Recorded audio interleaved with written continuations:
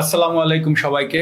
আসলে বাংলাদেশের একসময় সবচেয়ে জনপ্রিয় চরিত্রের মধ্যে একজন ছিলেন মাশরাফি বিন মুর্তজা। সেই তিনি এখন অনেকের কাছে অপ্রিয়। আওয়ামী লীগের রাজনীতিতে সম্পৃক্ত হওয়ার পর থেকেই কিছু না কিছুর জন্য সমালোচনার মুখে পড়তে হয়েছে তাকে। তবে কোটা আন্দোলন নিয়ে কোনো মন্তব্য না করায় সমালোচনা শুনতে হয়েছে মাশরাফি বিন মুর্তজাকে। বাংলাদেশের সাবেক অধিনায়ক করা সমালোচনা এখনও চলছে। গত ৫ আগস্ট শেখ হাসিনা সরকারের পতনের পর নড়াইল ২ আসনের সাবেক সংসদ সদস্যের বাড়ি পুড়িয়ে দেয় বিক্ষুব্ধ জনতা।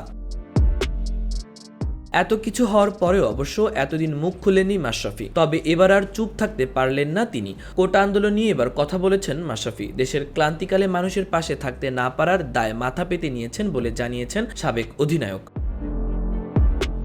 এক সাক্ষাৎকারে মাশরাফি বলেন, উত্তর দেওয়াটা তার কাছে মনে হয় একদম শুধু শুধু হবে। আর তিনি যদি এক কথায় উত্তর দেয় তাহলে বলতে হয় তিনি আসলে ব্যর্থ হয়েছেন এখানে। তিনি বলেন, আমি অ্যাবসলিউটলি ব্যর্থ হয়েছি। মাশরাফি মনে করেছিলেন যৌক্তিকভাবে কোটা সংস্কার হবে, কিন্তু তারপরে যে ঘটনাগুলো ঘটতে থাকে এমন একটা পরিস্থিতি হলো যে সবাই চাচ্ছে মাশরাফি একটা স্ট্যাটাস দিবে বা বলবে তোমাদের পাশে আছি। তখন পরিবেশটা এমন জায়গায় গিয়েছে তার কাছে মনে হচ্ছিল তিনি যদি একটা স্ট্যাটাস দেয় বা যে কোনো কিছু বলে সেটার প্রভাব খারাপও হতে পারে। তিনি প্রশ্ন করে এসব সামাল দেওয়ার সক্ষমতা তার আছে নাকি। সামাজিক যোগাযোগ মাধ্যমে কিছু না লিখেও পক্ষে থাকতে চেষ্টা চালিয়েছে বলে জানিয়েছেন মাশরাফি। সরকারের সঙ্গে কথা বলে ছাত্রদের সঙ্গে আলোচনা করতে চেয়েছিলেন তিনি, কিন্তু কেন পারেননি। সাবেক অধিনায়ক জানিয়েছেন রাজনীতির মাঠে এত প্রভাবশালী নন তিনি।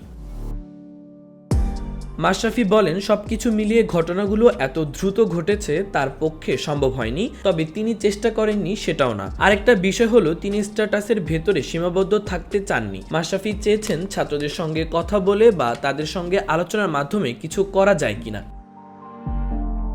মাশরাফি আরো বলেন, নড়াইলের মানুষের বিরুদ্ধে বিচার তিনি চান না, নিজের ভাগ্য মেনে নিয়েছেন তিনি আরো বলেন, হয়তো কোনো ভুল করেছি, সেটার ফল পেয়েছি, কষ্ট আছে অবশ্যই, তবে রাগ ক্ষোভ নেই কারো প্রতি। আমার প্রতি এখন কারো ক্ষোভ থাকলে আমি ক্ষমা প্রার্থী।